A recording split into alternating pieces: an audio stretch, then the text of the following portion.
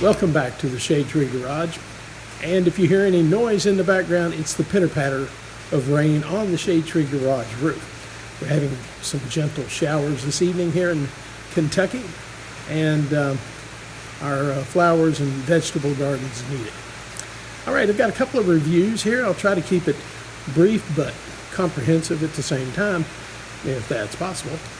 All right, if you've shopped on Amazon much at all, you're familiar with the brand TCP Global. They offer all sorts of products for paint, refinishing, and body shop supplies. And I recently purchased from TCP Global these 32-ounce mixing cups. And what makes these special, of course, is that they're marked on the side in ounces. But more importantly, they have all of these ratios, mixing ratios, all the way from 1:1 to 8:1 on the side, and it's an excellent product to use. Now you can get these larger. I've seen quart sizes at a local hardware store, and those are for guys that are doing big jobs and want to mix up a lot of material at once. Now, I would rather mix up one of these at a time and know how much more I need than mix up a whole half a gallon or more material, and then if it's catalyzed, especially if it's catalyzed, and then have it go just harden and be useless. All right, you can buy these in varying quantities from, I think, 5 or 10 all the way up to 50 or more. Now you can tell, well, this one I need to clean out with some acetone to get the product out of the bottom of it, but I have found that if you're, especially with primer, things like that, you can clean these up, and they clean up really, really well. Now, I probably wouldn't mix base coat or clear coat on a used one, but if this one has been used for primer, I will certainly clean it up the best I can and use it for primer again, as long as it's good and clean. So, but they're not expensive. They're designed for one use, you know, but there's certainly no law against making the best of the number you have. All right, now one hint: don't let your wife see these, because she will say, "Oh my gosh, this is perfect for leftovers. Where's the lids?" Well, fortunately for us husbands, there's no snap-on lid to keep the leftovers fresh till tomorrow night. So, and of course, you can always use cling wrap and do it, but try to keep them out in the shop. And I would only press them into service for leftovers if real emergency. All right. Now, in addition, you see all these mixing ratios, which are wonderful. I also have the cup system, and it's kind of the generic plastic cup system for gravity feed guns that you find with a number of different names and brands, but they're all pretty much the same, unless you get a specific name brand. Like 3M there's the early version of the 3M cup system, and also the 2.0 version, which are not interchangeable. And so I've never really studied to see if the generic versions you find on Amazon are similar to the 1.0 3M cups. I don't know, but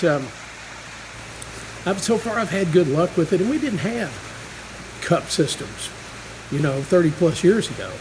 You just mix primer up and put it through the filter or strainer, and poured it into your suction cup, your primer gun, and took off with it. And then if it sat overnight, you stirred it up and maybe add a little more thinner. Of course, I'm talking 1K thinner, or pardon me, 1K primer. So it's a whole different ballgame. You didn't have 2K anything, except when you did your single stage paint, you had the option of hardener. So that was kind of a 2K product, but nothing like what we have today.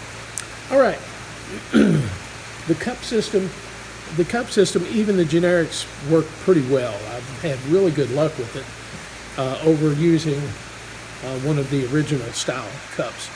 Now this is the hard cup that comes with, when you buy a cup system, you will get one of these.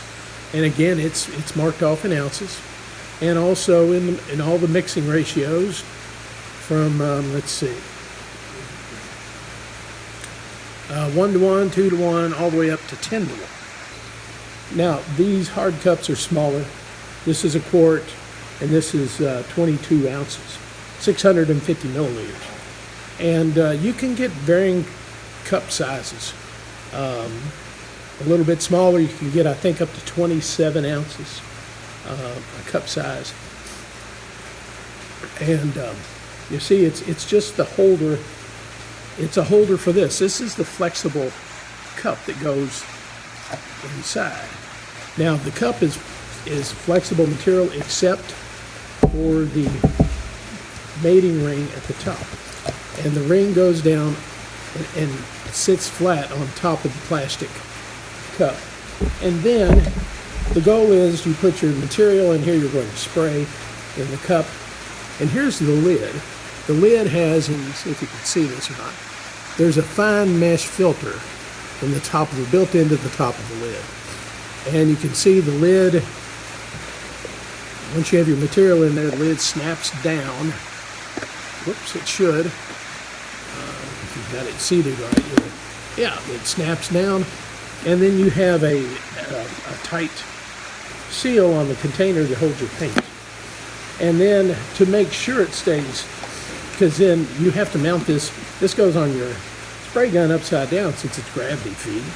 Here's the locking collar. Oops. Here's the locking collar, and it goes on. And I'm sure if you've watched any YouTube, you've seen these systems at work. And that locks your paint, the flexible paint cup inside. And this is the interface. This is what your adapter on your spray gun goes down on. And I'll show you. Now I will tell you, these cups work okay, but it can be a little tricky getting the adapter that's on the top of my green Harbor Freight spray gun to fit down on there and to know when it's seated really well. And so basically it's got, whoop, you can see highlighted by my beard, you can see the divots in the end of the adapter. The adapter just screws in, and I tried to keep a little bit of Teflon tape there, but it seals good. I think I've worn off all the Teflon tape, but it. Let me see if you can see that. The ears on the cup go in the opening grooves. On the grooves and it takes a little oomph to get it to seat. And once you've got the ears up seated far enough, then you can actually turn. Well, let me go the other way. You turn the adapter in the gun to have the ears go over the ears on your adapter, and that seals it, makes a paint tight seal. And so then you've got the gun and you've got the adapter, and you're good to go. But so just be aware that if you're going to reuse the cup system and those lids, be diligent about keeping those mating surfaces clean, and then I think you'll be able to reuse them again and not experience any leaks.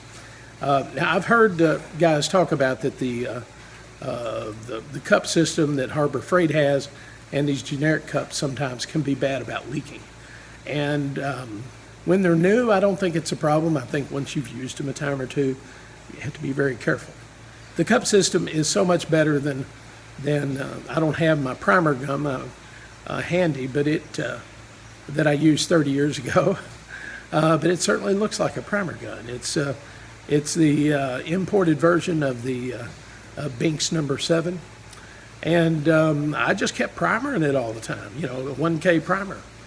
And, you know, I'd stir it up before I used it every day. Every morning, went into the shop, stirred it up, and maybe add a little thinner to it if it seemed like it was getting a little too thick, and add more primer and thinner. And this gun from Harbor Freight, the green one, I will probably only use for primer, but it does a really good job of spraying primer. I cannot complain. This adapter came from Amazon, and I'll have a link in the description below for that.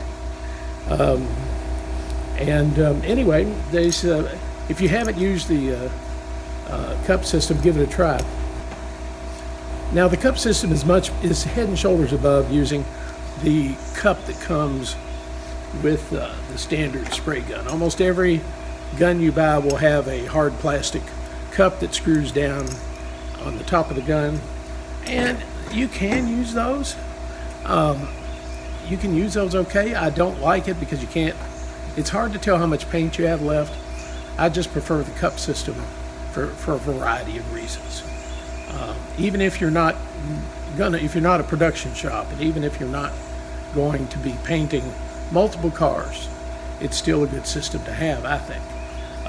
I hate cleaning the hard plastic, the cups that come with it, because you have to clean the cup really well, and then you have to worry about you got to make sure the gun is clean, and you know, that's enough to worry about, I think. Just making sure your gun is clean and there's nothing in any of the passages.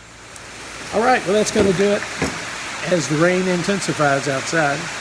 Hope you've had a great day, and we will see you next time with another video from inside the Shadetree Garage.